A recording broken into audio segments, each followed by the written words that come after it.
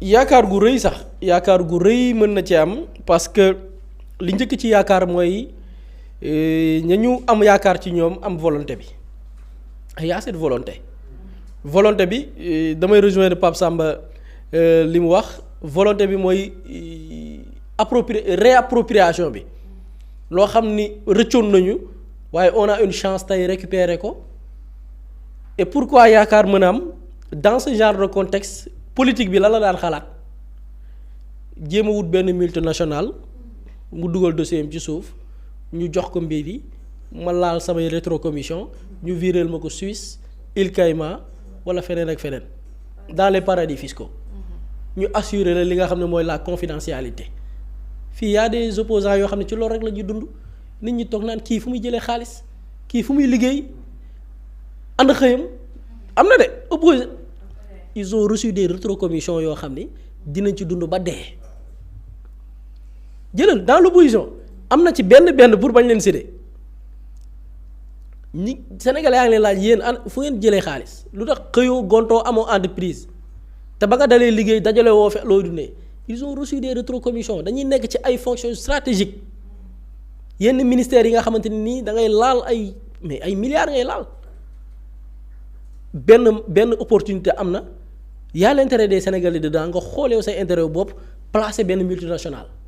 ñëwal placé wu mu placé wu ñu jox ko le contrat mu dóor la say rétrocommission nga nekk donc say jàpp sa mor sa njàmbur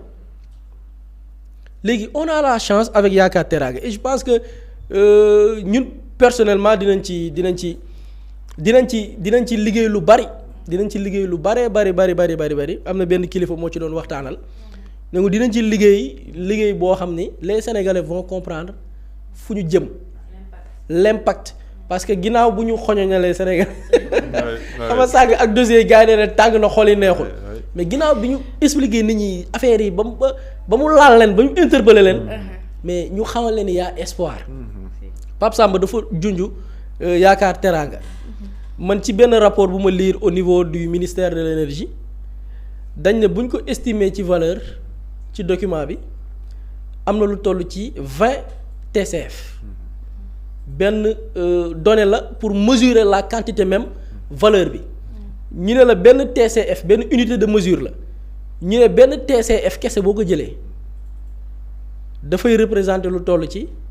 28,3 milliards de mètres cubes de gaz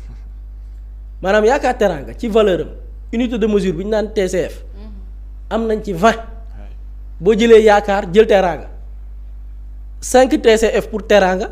15 TCF pour Yaakaar boo booree Yaakaar Teraanga projet bi de manière globale c'est 20 TCF ñu ne 20 TCF yi nañ ci jël benn kese benn bi dafay représenter 28,3 milliards de mètres cubes de gaz Pape Samba wax na appropriation buñ ko approprier benn TCF laa wax de yeneen TCF yi maanaam nañ ko jël maye ko donte duñ ko maye mais nañ ko jël maye ko jël benn TCF mën nañu assurer suñu wàllu alimentation en électricité pendant 30 ans fanweeri at ba pare am ci say bénéfice am ci sa xaalis ñu ne lii ñaata la soxla ci alal ñaata lañ ci bëgg jamono ji et loolu mooy enjeu bi il va falloir que communiquer sur ça. Absolument. On a besoin que de 4 000 milliards pour ñu moomale ko suñu bopp tappalekat yi nag parce que y a des Sénégalais qui ne sont pas sénégalais am na ci ñoo xam ne fu intérêt Sénégal taxawee ñu prendre les intérêts des multinationales ils vont nous faire croire que appropriation boobu noonu dafay laaj des ressources techniques ñun invité woon nañu fi c'est-à-dire top ce qu'il a expliqué c'est très clair fii ay multinationales jox nañ leen ñu exploiter ñu dem sous-traiter ak des chinois ñu defal leen liggéey bi avec Petrosen on a la possibilité ñu wut ñu exploiter ñu moom suñu yëf ñu fay leen comme ni ko yenn multinationales yi exercer fii di defee et en parlant dinañ wutaat beneen lay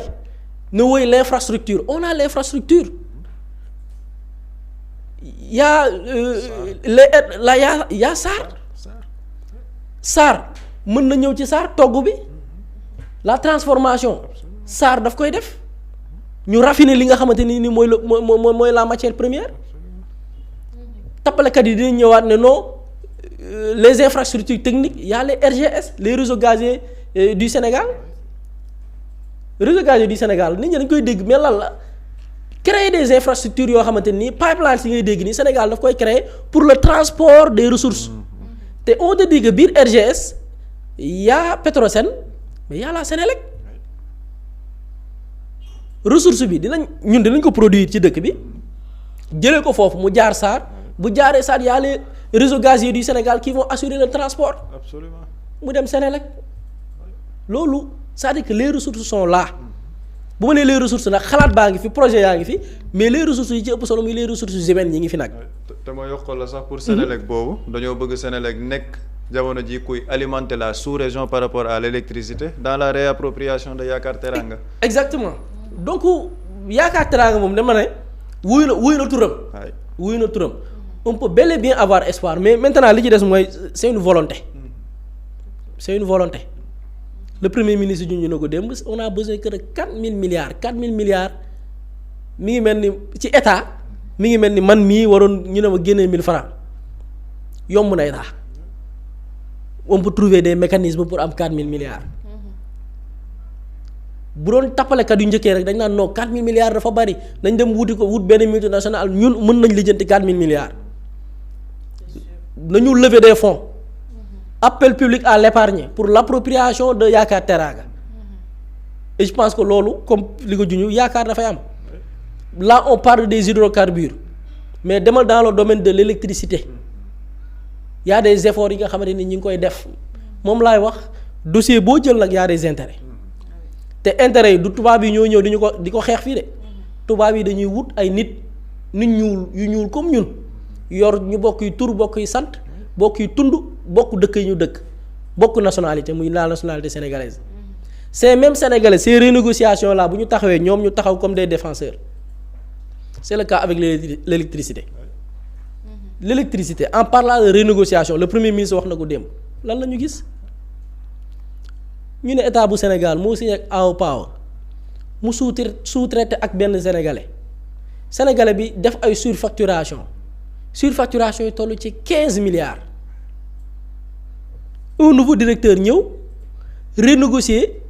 ñu wàññi poto courant yi ba yaxanal 15 milliards ñu ne 15 milliards yooyu nu ñu koy def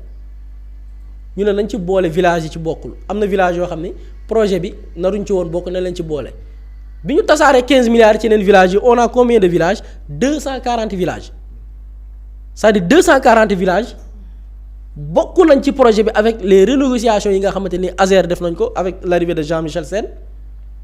yoo xam ni bu dul woon renégociation bi village yooyu duñ ci bokk xëy na mën nañ toog ba 2030 di jooy courant te courant mënul lekk ci seen dëkk léegi dans ce cas de figure qui est le gagnant c'est l'État du Sénégal qui est le gagnant ce sont les Sénégalais mais benn tappalekat mooy jógee fële parce qu'il défend d'autres intérêts ñëw ne dafay yàq lii moo tax ma ne trop de démocratie tue la démocratie. On peut pas se permettre des gens nekk di def liggéey bu mucc ay bi ay tappalekat jug ni ñoom dañuy xajamal lii intérêt Sénégal ñoru leen man bu may xool intérêt Sénégal damay ñëw ñu ne ok coow am na biir ASER ma dem ci Jean-Michel laaj ko ne ko yow Jean-Michel lii ñu lay tudd liggéey bi loo ci def mu ne ma woy fekk naa fa li ma ne ko ana say preuve mu jox ma preuve. les journalistes mën nañ def loolu. day fekk ñu bëgg lu leer. malheureusement. t'as parfaitement raison nag laal nga wax ji.